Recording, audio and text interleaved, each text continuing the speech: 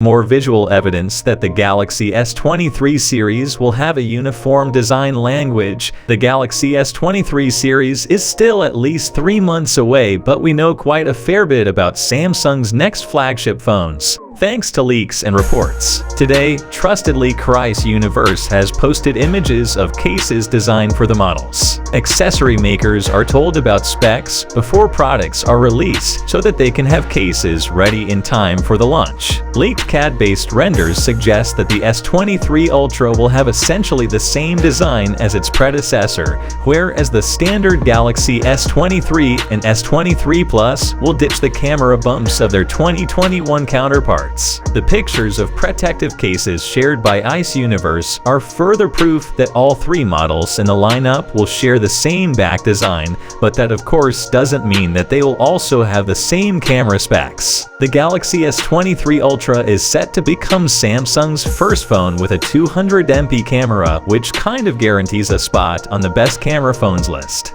The other 2 models could feature a better front-facing camera. Back to the leaked cases, they seem to imply that all the models will have rounded corners, which will likely not be the case. The Galaxy S23 Ultra is likely to have the same boxy look as the S22 Ultra with flatter sides than the 2022 model, and it might be slightly taller and wider but thinner. It may also boast slimmer bezels. As for the S23 and S23 Plus, they might have more rounded edges than the outgoing models and could be a smidge wider and taller. They may also have somewhat wider bezels. Also, even though the image suggests that the middling model will ditch the Plus moniker, ICE has clarified that it will not be called the S23 Pro. Rumors have suggested that the Galaxy S23 and S32 Plus will have slightly larger batteries than their predecessors. The series will be powered by the unannounced Qualcomm Snapdragon 8 Gen 2 chip. The devices will apparently only be available in 4 colors, and it looks like Samsung may announce them before February 2023.